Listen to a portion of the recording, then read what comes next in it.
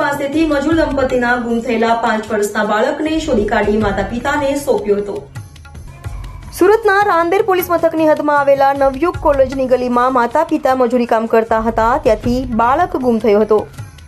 બાળકના માતા પિતા સાઇટ પર કામ કરી રહ્યા હતા। તે સમયે અંદાજિત બપોરે 12 કલાકે બાળક ગુમ થઈ જતા પરિવારે પોલીસને જાણ કરી હતી, જેને લઈ રાંદેર પોલીસ દોડતી થઈ ગઈ હતી અને રાંદેર પોલીસે 100 થી વધુ સીસીટીવી ચેક કર્યા હતા તો બાળક 7 કિલોમીટર જેટલું ચાલતા દૂર નીકળી ગયો હતો। ગુમ થયેલા માસૂમ બાળકને પોલીસે 10 કલાકમાં ભારે મહેનતથી શોધી કાઢ્યો હતો।